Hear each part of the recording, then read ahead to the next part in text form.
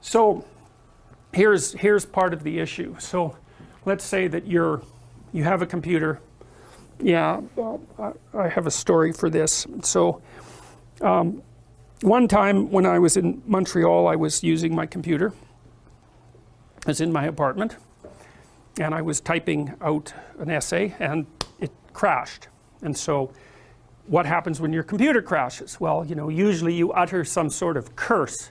And it's interesting that you do that because the circuit that you use to curse with is the same circuit that monkeys use to detect eagles or leopards or snakes. And so when there's a bunch of monkeys together, they're not all preyed on by eagles and leopards and snakes, but there's usually a predator in that category for every single monkey population. And so when the monkeys are watching, they have an emotional utterance that the most nervous monkey might utter first, that basically says, hide from the eagle, get out on a thin branch so the cougar can't eat you, and look the hell out for the snake. But there's a circuit that's linked to emotions that produces an instinctive utterance that represents that category. And that's the same circuit that you use when you curse. And it's not the same circuit that you use for normal language. And we know that because that circuit is activated in people who have Tourette's syndrome, because they preferentially swear. You think, well, why in the world would you have a neurological condition that makes you preferentially curse? Well, that's the reason. You don't just have one linguistic circuit. You have one for, oh my God, there's a predator. And that's the one that will get activated when something happens like your computer crashing.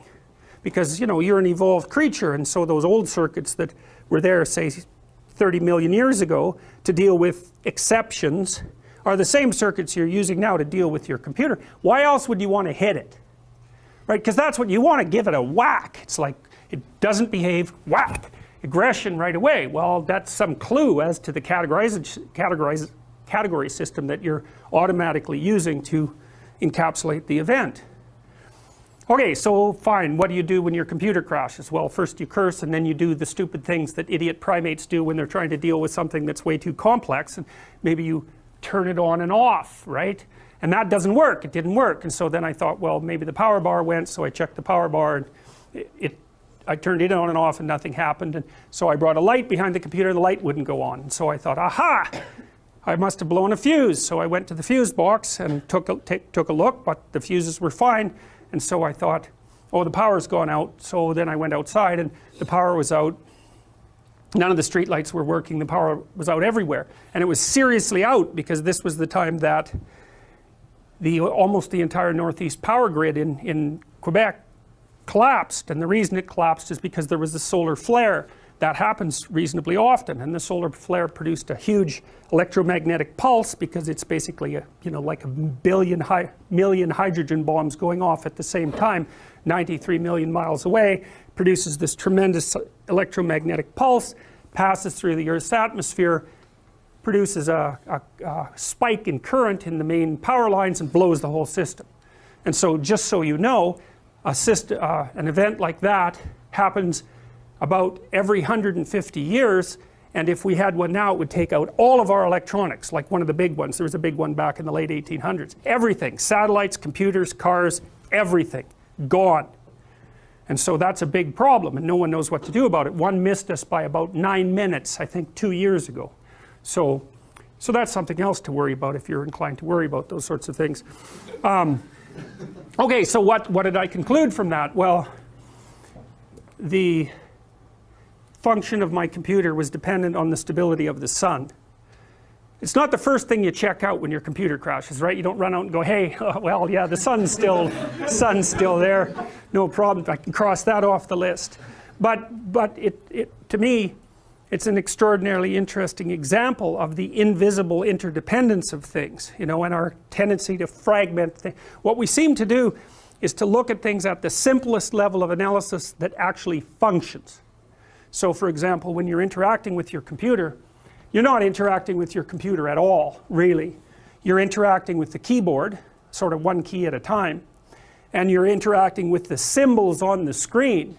But as long as the computer is working, you don't care about it at all. You don't give it a second thought. And you certainly don't care about the fact that it's dependent on well, the electrical power, for example, and the electrical power is dependent on, you know, I don't know how many men are out there right now, or were out there last night when it was freezing rain, fixing power lines and freezing to death while they're doing it so that your stupid computer doesn't malfunction while you're watching cat videos. You know, I mean, there's this incredibly dynamic living system that's social and economic and political that has to remain dead stable in order for us to have access to functional and like pure non-fluctuating electricity 100% of the time. Because you also don't think, well, the stability of your computer is dependent on the stability of the political system, but of course it is, because if the political system mucks up and the economic system goes, then people don't go out and work to fix things, and things are breaking all the time. That's their normal state, is broken, not working. And so, and that's all in some sense folded up, not only inside your computer, but actually inside your conceptions of your tiny conceptions of the computer while you're using it. And you only get a glimpse of what the computer is really like when it doesn't work. Then it's when it becomes a complex object, right? As long as it's working, then your stupid perceptions are perfectly fine to get the job done. And that's another indication that what you're using your perceptions for is to get the job done. And how you specify exactly the level of resolution that you should be operating at, I haven't sorted that out, but it's something like you default to the simplest level that moves you to the next step. You know, so for example, and generally that is what you should do. If you're having an argument with someone that you have a long-term relationship with, you can start by arguing about what the little argument is about, or you can immediately cascade into whether or not you should have a relationship with this person at all, or even into whether or not you should even bother with relationships. Which is, you know, every time there's an argument, that question is a reasonable question to have emerge, or at least it's in the realm of potential reasonable questions, but it doesn't seem useful to jump to the most catastrophic possible explanation every time some minor thing goes wrong. That's what happens to people who have an anxiety disorder, and that's what happens to people who are depressed, right? They can't bind the anomaly, and so what happens is it tends to propagate up the entire system until it takes out their highest order conceptualizations. You know, so if you're seriously depressed, maybe you'll watch a news article about something stupid and you'll think, Jesus, why should I even be alive? You know, and I'm dead serious about that. If you score like 60 on the Beck Depression Inventory, which puts you way the hell up in the depressed range, anything that happens to you that's negative will trigger suicidal thoughts, roughly speaking. And sometimes even positive things will do it, because there are very few positive things that happen that don't carry with them some threat of change or transformation. So, you know, one mystery, it's a big mystery, is why don't you fall into a catastrophic depression every time something little goes wrong? Because it's not, that level of analysis is not self-evident. And you see this with people who are high in neuroticism too, you know. Their trivial fluctuations at their workplace or in their relationships or in their health will produce a disproportionate negative emotional response, but it's part of the range of normal emotional responses. Some people are very, very high in neuroticism, so everything upsets them. Some people are very low. And the reason that whole range exists is because sometimes you should get upset when some little thing happens to you, because it's an indication that the whole damn environment has got dangerous on you. And sometimes you should just brush it off because, you know, its net consequence is low. But how do you calculate that? Very, very difficult question. So, you know, when your computer goes wrong, well, you have to pick the proper level of analysis to fix it. And you could say, well, there's something wrong with the circuit board, and maybe, you know, there's a crack in one of the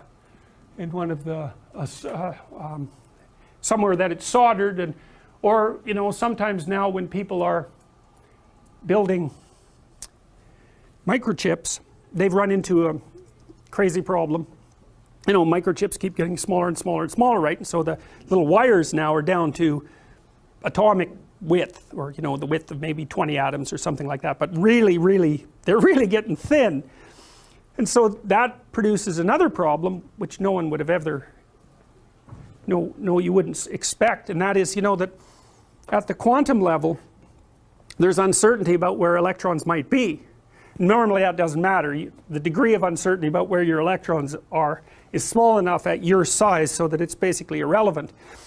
But down at the subatomic level, where these microchips are starting to be produced, sometimes the electrons will be outside the wires, and that means that they're getting so damn small that they'll short circuit by themselves because the electrons aren't stable enough to be where they're supposed to be in the wires.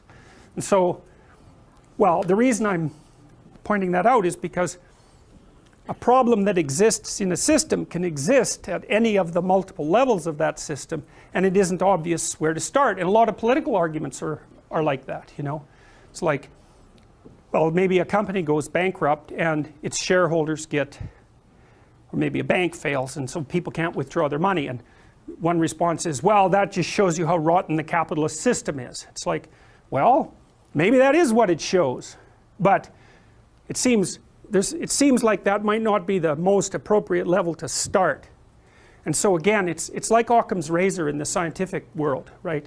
You want to use the simplest explanation that it's not that fits the facts, because you don't organize your perceptions by facts. It's kind of like you want to use the simplest tool you can possibly manage to fix the problem.